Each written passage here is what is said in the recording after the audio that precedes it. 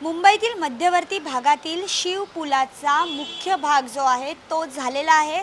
दोन गर्डर जे आहेत ते टाकून झालेले आहेत। आपण पाहू शकतो की हे जे दोन गर्डर आहेत हे काल टाकण्यात आले, त्यामुळे महत्त्वाचा टप्पा जो आहे बांधकामातला तो पूर्ण झाला पूर्ण झाल्याचं सांगितलं जातंय। मात्र असं असलं तरी देखील सप्टेंबर अखेरीपर्यंत अजूनही वाहन चालकांना हा पूल सुरू होण्याची वाट जी आहे ती पाहावी लागणार आहे।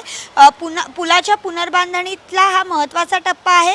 रेल्वे रुळांवरून प्रत्येकी सुमारे 500 टन वजनाचे दोन मुख्य स्टील गर्डर यशस्वीरित्या उभारण्यात आले असल्याची माहिती प्रशासनाने दिलेली पाहायला मिळते। इतर पूरक कामे अद्यापही बाकी आहेत। यामध्ये आणखीन जर बघायला गेलं तर डेक स्लॅब असेल, जोड रस्ते, रस्त्याचे पृष्ठभाग, क्रॅश बॅरियर आणि अन्य पूरक कामे पूर्ण झाल्यानंतरच पूल वाहतुकीसाठी खुला करता येणार आहे। त्यामुळे गर्डर उभारणीचा मोठा टप्पा पूर्ण झाला असला तरी वाहन चालकांचा प्रतीक्षेचा काळ अद्यापही संपलेला नाही। खरं तर हा पूल जो आहे तो आधीच पूर्ण होणं अपेक्षित होतं। यासाठी 3 वेळा वेगवेगळ्या कालमर्यादा देण्यात आल्या होत्या, मात्र या तिन्ही कालमर्यादा ज्या आहेत त्या हुकलेल्या आहेत आणि आता सप्टेंबर अखेरपर्यंत हा पूल पूर्ण होईल असं प्रशासन सांगतंय। त्यामुळे आणखी महिनाभर पर्यायी मार्गावरील गर्दी, वाढलेले अंतर आणि वाहतूक कोंडीचा त्रास जो आहे तो सहन करावा लागणार आहे। शिव उड्डाणपूल बंद झाल्यापासून पूर्व द्रुतगती मार्ग, LBS रोड आणि धारावी रोड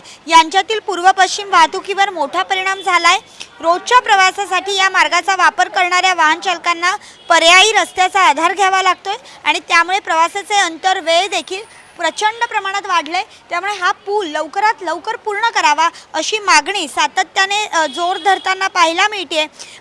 पर्यायी मार्गावरील वाहतुकीचा ताण कमी होऊन वाहन चालकांचा वेळही या पुलामुळे वाचणार आहे। ज्यावेळी पूल पूर्ण तयार होईल त्यावेळी वाहन चालकांना मोठा दिलासा मिळणार आहे। मात्र असं असलं तरी हा पूल आता सप्टेंबर अखेरीपर्यंत खरोखर पूर्ण होतोय का, आणखीन देखील मोठ्या प्रमाणात या पुलाचं काम करण्यासाठी वेळ लागणार आहे हे बघणं महत्त्वाचं आहे। कारण 3 तारखा हुकल्यात, सप्टेंबर अखेरपर्यंत तारीख दिली आहे। फक्त 2 गर्डर जे आहेत, महत्त्वाचा टप्पा जो आहे तो पूर्ण झाला आहे, मात्र छोटी मोठी कामं अजूनही बाकी आहेत। पाऊस देखील आहे, त्यामुळे या सगळ्या अडचणींवर मात करत सप्टेंबर अखेरपर्यंत हा पूल पूर्ण होणार की अजूनही वाहन चालकांना प्रतीक्षाच करावी लागणार, हा प्रश्न देखील या निमित्ताने विचारण्यात येतोय। व्हिडिओ जर्नलिस्ट स्वप्नील मोरेसह मी भाग्यश्री प्रधान आचार्य, जय महाराष्ट्र न्यूज, मुंबई।